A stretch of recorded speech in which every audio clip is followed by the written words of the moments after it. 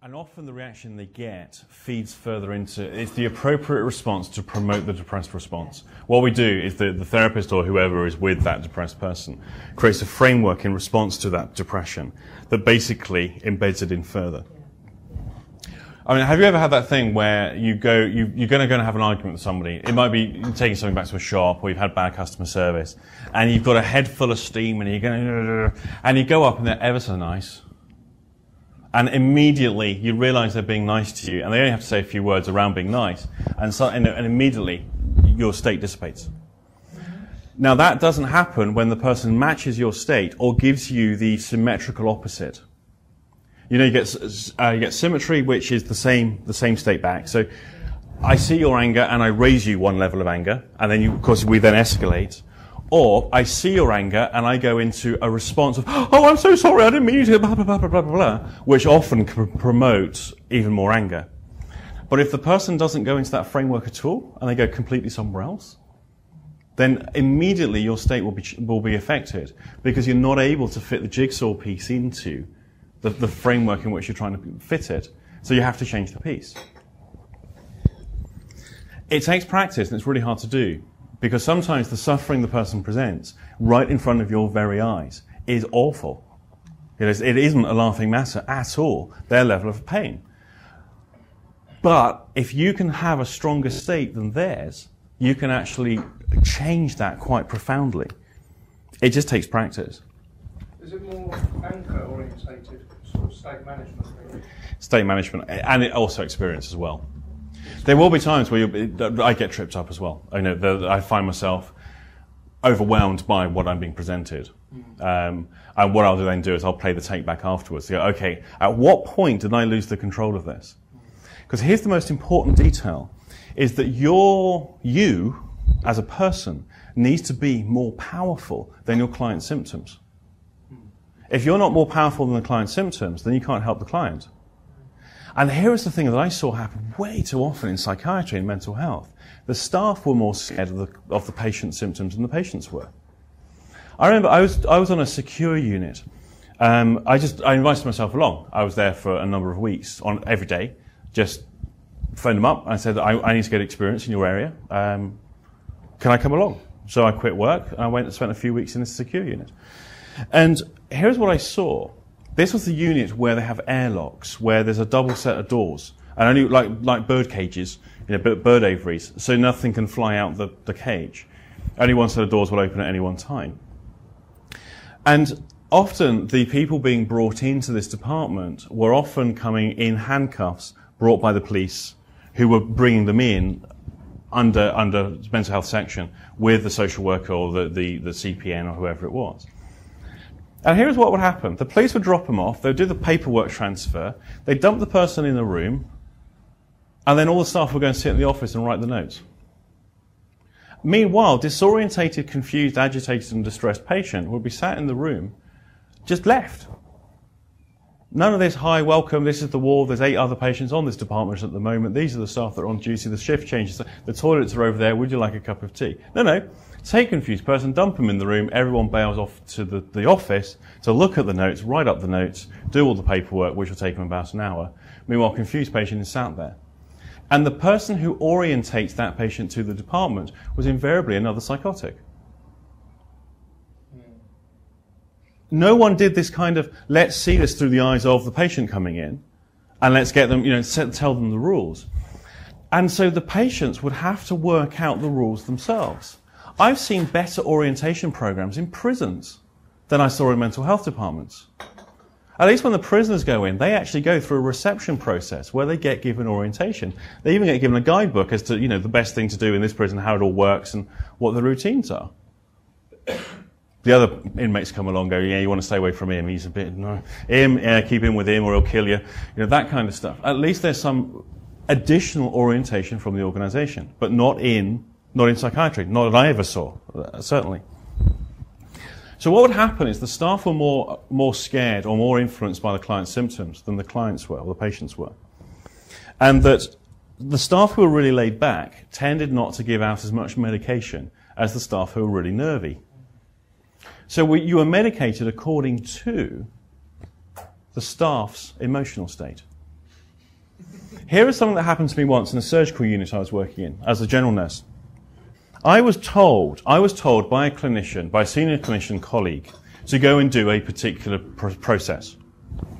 And I knew that particular process I was being told to go and do was not appropriate at all.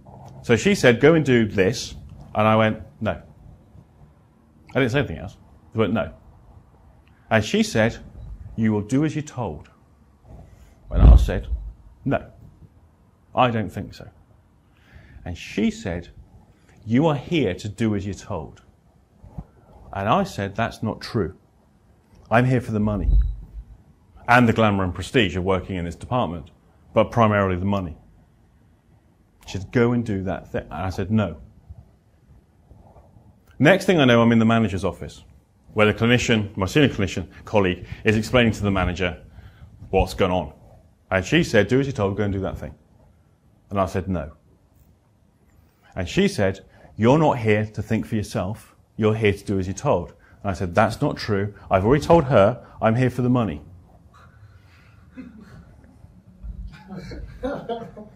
And then she says to me, I'm not comfortable with your attitude. And I said to her, that's not my problem. Your level of comfort is your problem.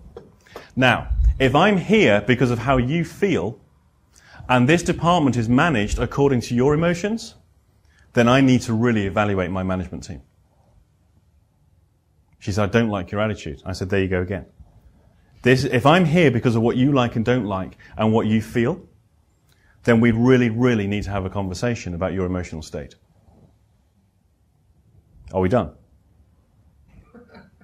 Now, this is a really fundamental basic principle, and I saw this happen a lot. Management by emotions. Today I'm in a good mood, so we slacken off the ropes. Today I'm in a bad mood, so we rein it on really tight. And then all the staff run around slightly anxious because they never quite know what mood the boss is going to be in, so they have to calibrate what they do according to the state of the boss. This is a really bad way of managing people. It is also a really bad way of doing therapy and change work. And yet I see this happen everywhere. So we've got to calibrate to the strongest state. We've also got to give meaning to the client. And ultimately, it's what do you want? Now, I need a volunteer, actually. It's right on cue as well. That's cool. Come on up. Okay, now what I need you to do, first of all, do you know about your timelines and where your timeline goes? We'll just demonstrate actually exactly how to do it. So this is timeline elicitation. People make it so damn complicated. Here's how I do it. Close your eyes. Think about yesterday. And when you think about yesterday, is it in front, behind, left or right? It's over there. Of course it is. What about last week? So it's over there. What about last month? And last year, 5 years ago, 10 years ago, and beyond. So that's pretty much all over to the left. Yeah. Is it getting further away with time, or are they all in the same place? Yeah, it's going further right. Okay, where's tomorrow? Okay, next week. So it's further out. What about next month? Next year, 5 years, 10 years, 20 years. Okay, so we've got a classic past off to the left and future to the right. He would make a great employee. You know why? Because he'll do what's right. Okay? He'll do what's right. He'll take the right steps as well. Because he's going to do what's right and he's going to leave what's left. Okay? I can't believe NLPs don't hear this stuff. It just baffles me. It's everywhere you hear it. People always take the right step. The step in the right direction. They feel that, they leave what's left behind. That's a different orientation of time. Some people, of course, have their timelines run the other way, so it's future off here and past here. You need one of those if you're having a work team, okay? Because they tend to leave what's right and they do all the stuff that's left. They don't worry about the right thing. They just do what's left to do. Okay? Because the timelines run the other way. Hear it everywhere. Classic. Confused? I get confused. This happens all the time. Now, You don't actually have to answer this question out loud unless you really want to. But I just want you to think about one thing in life that's important to you, that you want, something you're moving towards. Yeah, I'm ready to Okay, now when you move towards that thing, which direction do you move? the right. All right, so he moves off to the right. Okay, go back to where you were.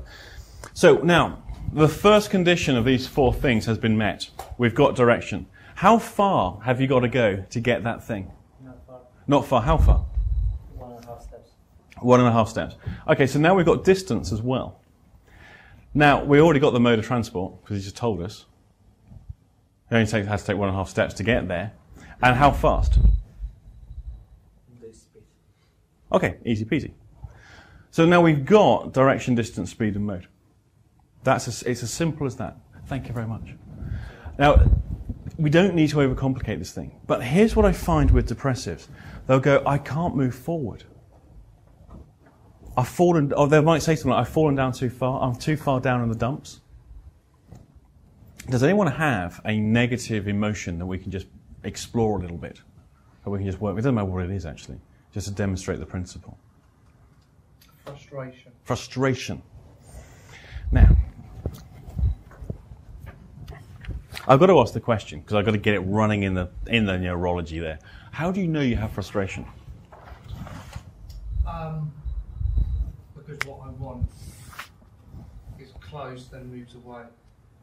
So we've got movement there. So you move towards it, it just gets further away, huh? Yeah. Cool. Does it move at the same speed you move? Yeah. Yeah? Yeah. Are you the guy that's always trying to catch up with yourself? Yeah, I'm always chasing my tail. Okay, thought you might be. Because now, I hear these metaphors, these linguistic kind of descriptions, as literal descriptions. You see, here is the detail that's really important. It is not what you feel that counts. It's absolutely not what you feel that counts. That's irrelevant. That film, The Secret, all you have to do is align yourself. This is the idea it put out there. Well, if I just align myself with the universe, I'm a deserving human being, and it will come to me. The universe is a friendly universe, and it will come to me. That was a lazy man's charter. And when I saw that film, I was like, yes! Because the subtext of that film is, if it feels like hard work, you're doing it wrong. Brilliant. I was so pleased when I saw that film, because I work pretty long hours, and I work pretty hard. And I get the results for it. You see, it's not what you feel that gets the results. It's what you do. And what you do actually breaks down to the muscle movements you make and the sequence of muscle movements and how you convey the lump of meat that is your body through time and space. How you move through time and space is your life. Here is the thing I find in entrepreneurial coaching. People setting up businesses, but they can't get going with stuff. Can't get going. It's a movement. They wait until they have the right feeling in place before they take action. I'm not confident enough yet. Classic. They wait for the feelings to kick in before they start moving. Well, that's dumb. It really is. And the NLP generation is like this. Oh, I'm a change work expert. And I don't have to worry about, hang on. What's that? Oh, there's a feeling in my body. That's a bit of a problem. I don't like that feeling. Oh, I better go and do a workshop. Toughen up, people. Toughen up is my message. So you've got this frustration. Where do you feel it in the body? Chest. You feel it in the chest. Yeah. And what sort of feeling is that feeling? A knotting but twisting. It's a knotting but twisting. Now, there are two halves. This is an equation here. There are two halves to the equation. All right? I'm going to let you into one of Andy's secrets. This is what I got from working with schizophrenics. Because I noticed the thing. Actually, just close your eyes for a second. What sort of that knotted, twisty feeling? If it were to have a shape, what shape would it have? Immediately, I just thought barbed wire, actually. Wow. All right, you got your eyes. Because I noticed this thing with schizophrenics. Most people have these kind of fairly simplistic descriptions of their emotions. But schizophrenics always have this kind of gruesome imagery going on. And I kind of thought, that's really odd. It's really odd. And then I discovered something. Because you've got this feeling, it's like, how do you describe it? What's it like? This is a knotting but twisting. It's a knotting but twisting. There is the feeling itself of being knotted and twisted, and there is the action of knotting and twisting. Okay? So there's two halves of this going on. Mm-hmm. What the NLPers will classically do is focus on the effect, the feeling of the knotting and twisting. I believe that to be a gross error outside of NLP training courses. When it comes to therapeutic change work, it has no place. Okay? It has no place at all. Because there is something causing that knotting and twisting. So if you have a look now at what is doing the knotting and twisting, what is it? It's my responses to my circumstances. Too many workshops, man. Now, no, seriously. Here, let me give you an analogy. I probably asked the question wrong. If I feel like I've got a gripping pain, there is the pain of being gripped, and there is what is doing the gripping. Does that make sense? So when you think about that knotting and twisting, the thing that brings about the action of knotting and twisting, what is doing the knotting and twisting? I don't know. When you keep on saying knotting and twisting, I'm visualising a sheep caught in a fence. Say that again. I'm visualising a sheep caught in a fence because I've got all this intention and then I'm taking the wrong pathway or I'm taking the wrong gate and that's where I'll get caught in the fence. Okay. So this direction, we've got a path, we've got a fence in the way, we've got a sheep. But what's causing the knotting and twisting? Okay, let's reduce it down further. Put your hand where you get the feeling. Close your eyes. Just notice that feeling. Notice how it feels, okay? Just describe how it feels.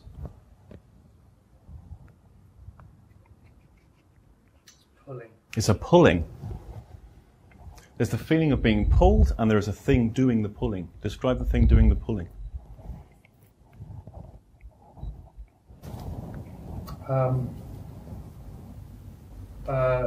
Some regrets, stuff in the past. Okay, that's what you call it. I'm going to have a look at the thing that does the pulling. What he's still caught up in is the effect. Pretty much everything we do has these three components to it. There's what we intend, there is what we do, the behavior, there is the effects the behavior has.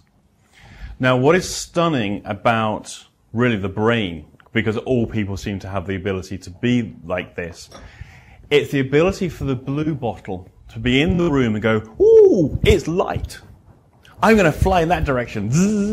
And it comes flying over here because it wants to go out there. The intention is very true. Okay? The intention is to get out there and smack against the window. Oh, God, that hurt. Hang on, I'll do it again. And if it can ram itself hard enough at the window, it might get through. So the intent is to get outside. The behavior is to fly into the window. The effect is it doesn't go anywhere. But the blue bottle is so caught up in the intention, it completely negates the effect that it's having. Completely negates it. I know a guy, he's not very popular, it has to be said. He doesn't have many friends. Actually, he doesn't have any friends. But the reason is, he upsets people. He says all the wrong things, he asks all the wrong questions, he just walks over people's feelings, and people get really angry with him. But you know what? That's not what he meant. They've got it all wrong. That he hasn't done anything wrong because he didn't mean it that way. So he focuses on the intention. He manages to completely delete his behavior. Why should I have to change? And he reframes the effect as to say, well, there's something wrong with these other people if they're so sensitive. Okay? All these three are completely misaligned. All behaviors have this. What I quite like to do with some clients is to run through the problem's behaviors and to see what the intent is, what the behaviors they do, the effect it has.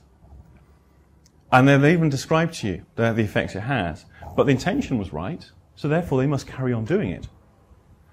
In things like the 6-step reframe, the core transformation process, what we do is we preserve the intention, we update the behavior, and change the effect. We preserve the intention there. But often the intentions aren't always the right intentions to have for what they want. Now, some people will be completely caught up in the effect of what's happening rather than the behavior. And what I find stunning about neurology is our ability to completely miss one of these portions, even though it's blindingly obvious to everybody else, but we ourselves find a blind spot. So what I want you to do is close your eyes again and put your hand where you get that feeling of frustration. Now, that feeling, you described it before as a pulling. Is that the correct description? Yeah, it is pulling, but I've just realised now it's pulling inwards, like sucking in. So it says pulling, a sucking inwards. What's doing the sucking? I don't know. I'm getting it's like a claw. It's like a claw. Yeah. It's like a claw. Okay, you can open your eyes now. See, now here is what I found about the schizophrenics. No. Right? The normals go, it's like it's a pulling feeling. Right? And people understand that. It's like an emptiness inside. It's like a pressure. It's like something's pushing me. That's what normal people do. But the schizophrenics go, I've got this great big fucking claw in my chest and it's trying to claw out my heart. Yeah, they go for the other side of the equation. So there's the thing that's pulling and there's the thing doing the pulling. Close your eyes. Go back to the claw. What sort of claw is it?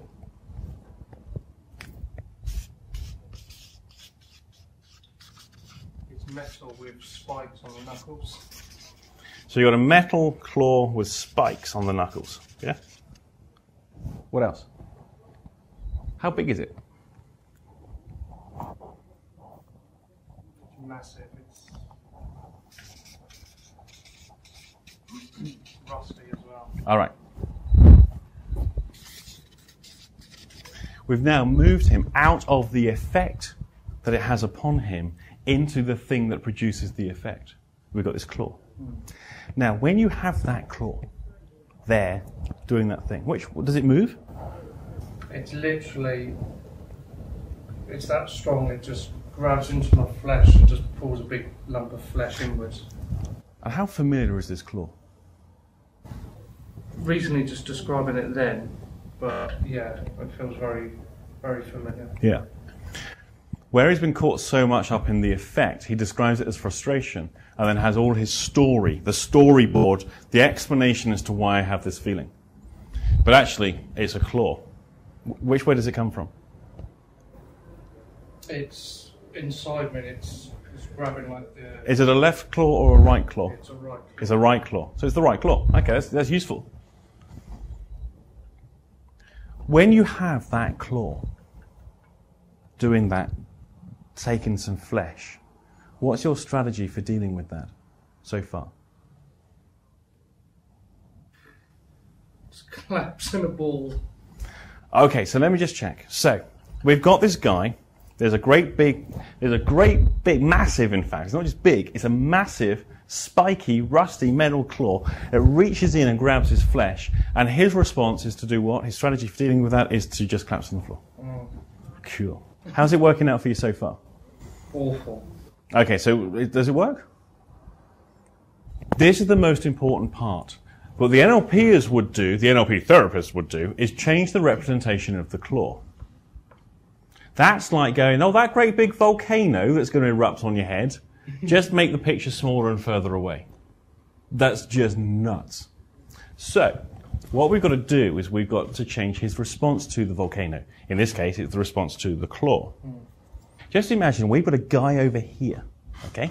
We've got this fella who's got this claw, this massive spiky metal claw. And currently, his way of dealing with this is just to collapse on the floor. What could he do differently? You could grab the claw by the wrist. Let's just try that one out for size. Let's have him grab the claw by the wrist and let's just see what happens next. Physically or in my head? I want you to see him do it out here. So let's just try what happens when he grabs it. What happens? The claw's startled. It's startled. Yeah, it's And then what happens? Opens up. Okay. To take pressure off. And that's what I do to myself. I put too much pressure on myself, yeah. Okay, so now that's one. That's one. We've got to go for more. So now let's go back. Let's go step back. The guy's out. He's got a claw. What else could he do in response to that claw? Step away from it. And if he steps away from it, what happens? It doesn't reach. Cool. And how does that work for an outcome? Yeah, because I've actually just reversed it. Cool. Oh, All right. Let's put it back to the first step again. So he's back to having the claw. Yeah. Okay, what else could he do? I want at least 3, you see. I could actually just turn round and stop the claw. Okay, and how does that work? It feels alright because I'm confronting it, but I don't know whether it's the best one.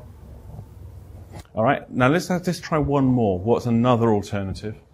I'm there and... Right, okay. I could just stand there and laugh at it. Okay, how does that work? Quite gratifying, actually. Yeah, it feels quite empowering, actually, where I can just turn around and just stand and laugh.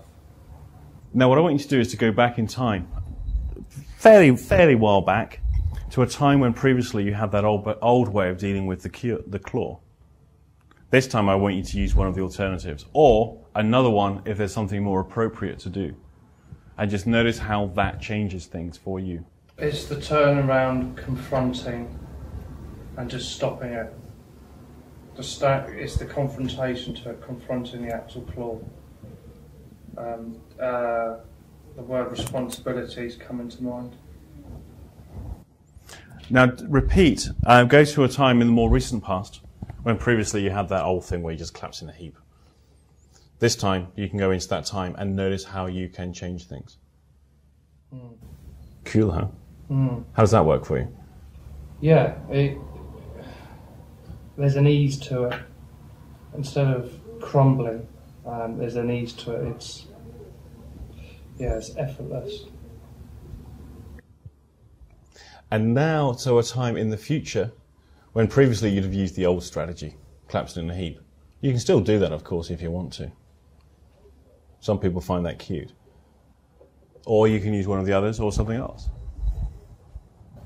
The stepping away feels very comfortable.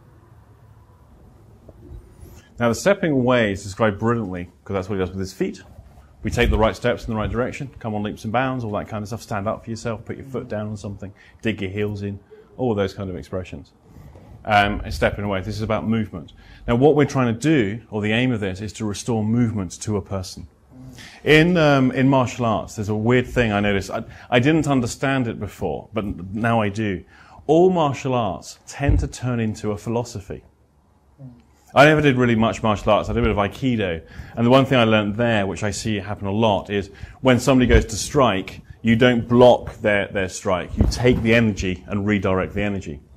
And how often is that used as a metaphor for dealing with people or business or problems? All the artistry things around movement tend to turn into a particular philosophy. My thing was yoga. I did yoga for years. And again, yoga is just really about posture and movement. And yet the whole philosophy of life and everything comes into that one. Because it's how we move our mass through time and space is how we move through our internal time and space and universe. Now what happens when you think about frustration? What's frustration? Try and get it back, in fact. Let's just see. Because there will be times. See, what we haven't done is change the representation of the claw. Because that's really important, because that's something that is going to happen again. There are times that these things will be... Was there a claw before, or did you have to kind of invent it in order to get to the stage of doing something better? Yeah, Andy helped me interpret the frustration. So the dilemma here is, have I installed the claw, or did I elicit the claw? Yeah, kind of. Yeah. My question is, did they presuppose that there would be something there that we could elicit? Yeah, absolutely what's happened. Right. Yeah, you've helped create or helped me visualise what the word frustration is. and when I actually think about it, I'm actually struggling to think about the claw. The words in my head are actually on one step ahead. Which we're back to movement again. Yeah, it's the momentum. It's powerful. Here is one of the things I'm really, really aware of. The questions we ask to elicit are always an installation. There is no such thing as a clean question. It does not exist. Even when we ask somebody, if we ask somebody, they say, I'm depressed, and you ask, how do you depress yourself? We're now installing there's a strategy. If we ask them, what are you depressed about? We're now installing the direction of going into content. If we ask them why, we're now installing the direction. So every question we ask will always install a direction in which their transformation goes. In this particular scenario, what I'm doing is we're going into his metaphorical realm.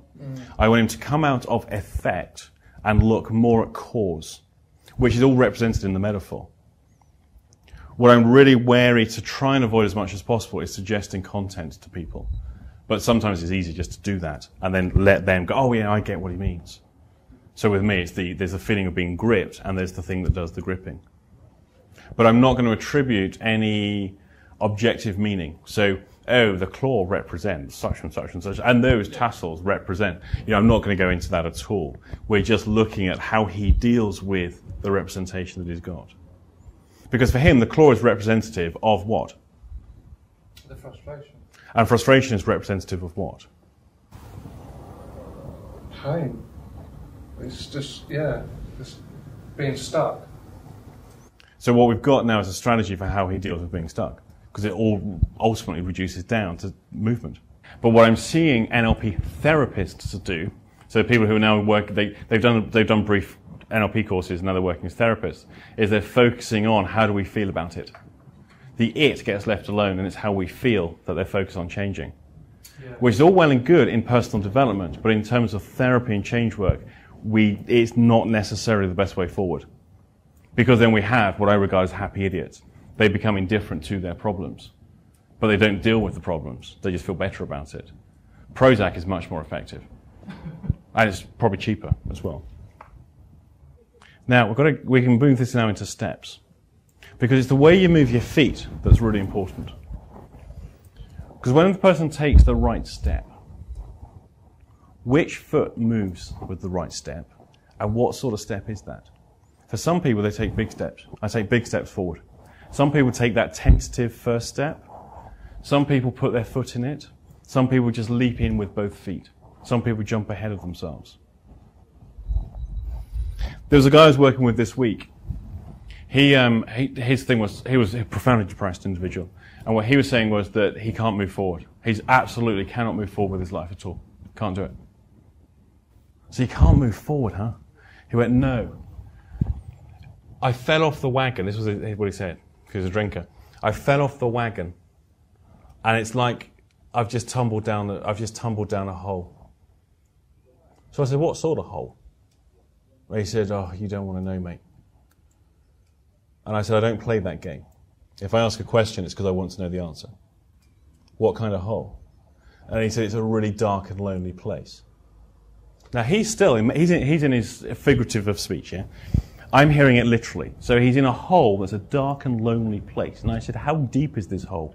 He said, I've reached the bottom. But I don't know how deep it is. But I've reached the bottom. So I thought, cool. Now his literal representation, this is what he said to me, is he's fallen down a hole. He's fallen off the wagon, down a hole. It's a dark and lonely place. So I said, close your eyes now, describe this dark and lonely place. And he says, well, it's quite wide, but I can't see ahead of me because it's too dark. And the walls are wet. It's damp, and it's horrible, and it feels really bad, and little tears start coming out. So I said, look, I've told you about this one. I've only got 3 tissues left.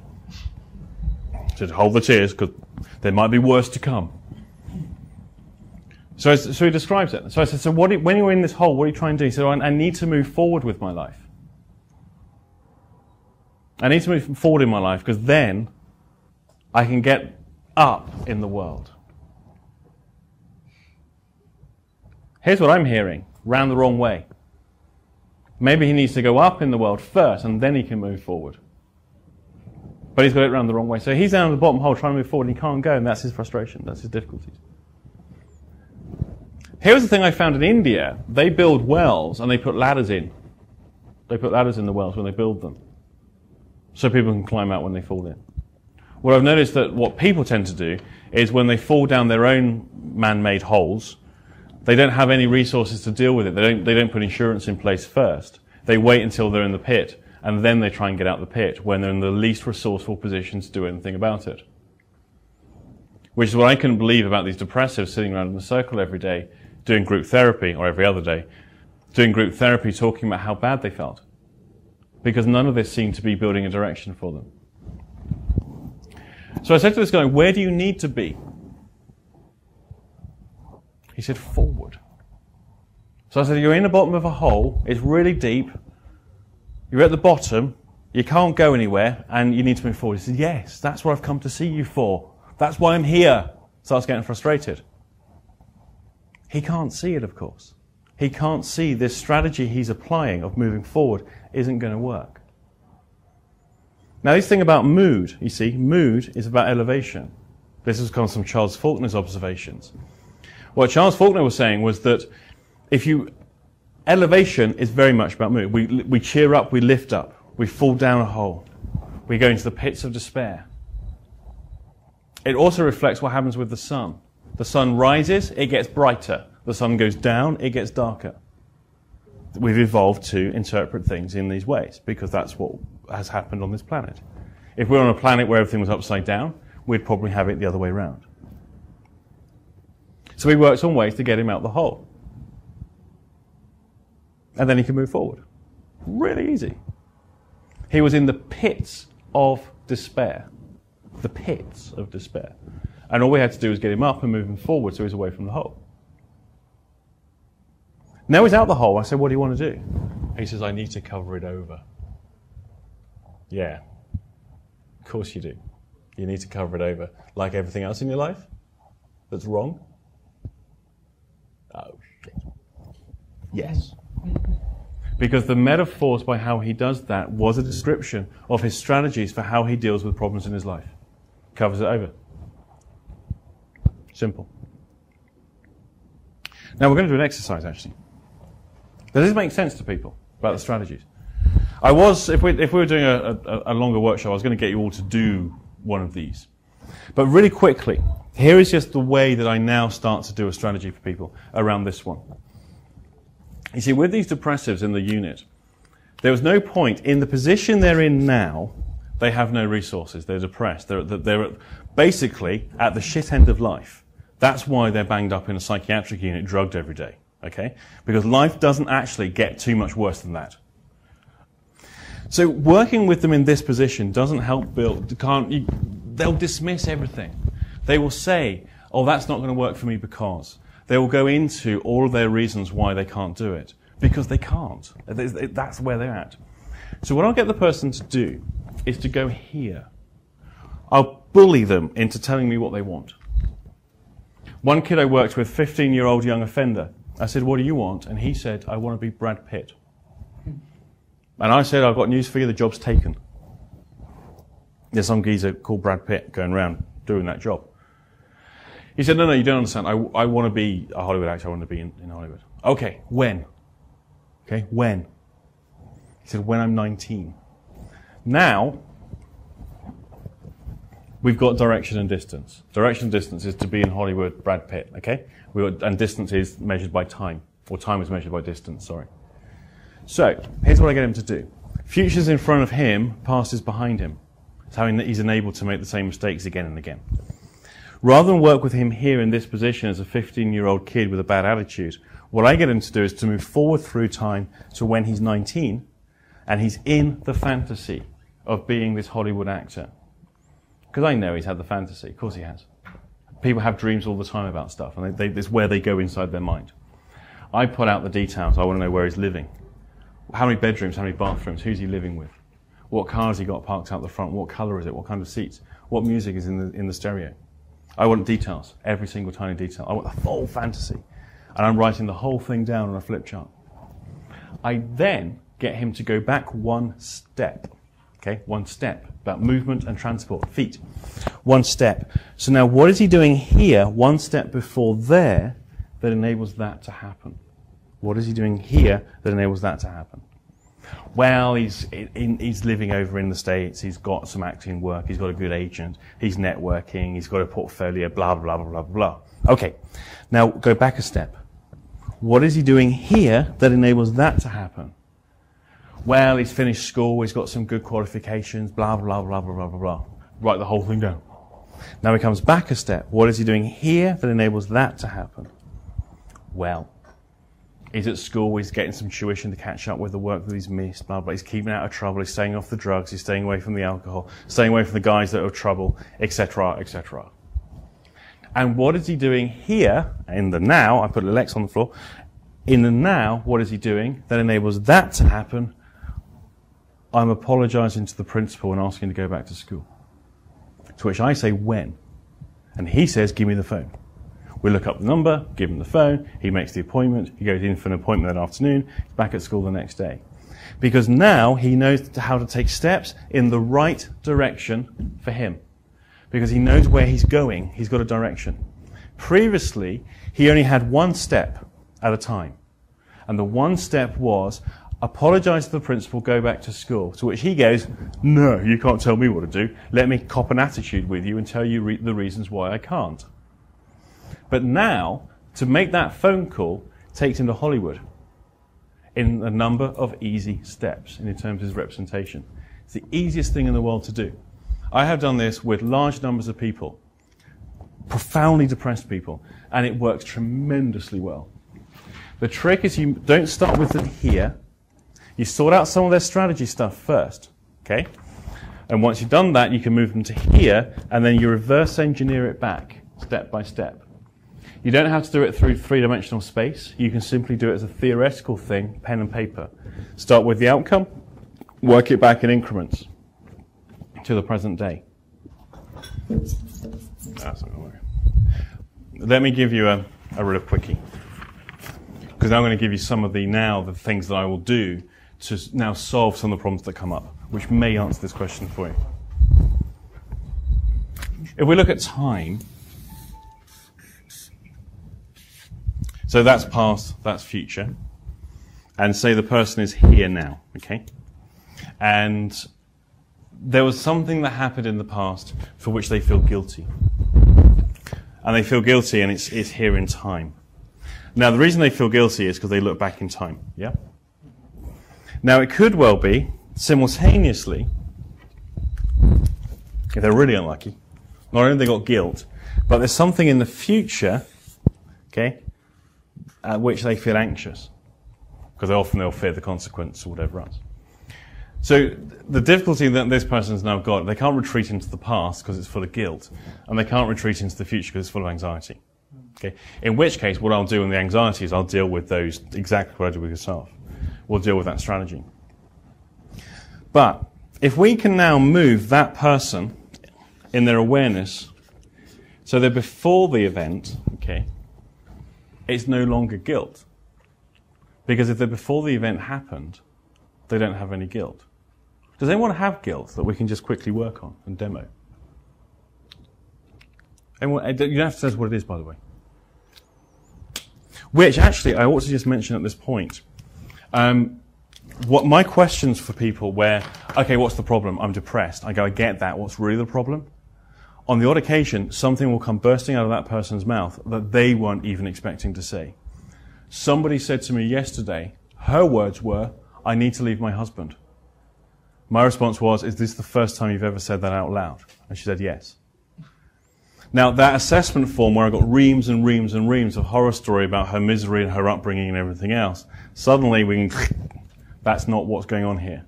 The fact is she's not happy in her marriage and hasn't been for a long time. And some people, it's their job. I got so much happier when I left nursing, I can't tell you. I used to weigh 11 stone.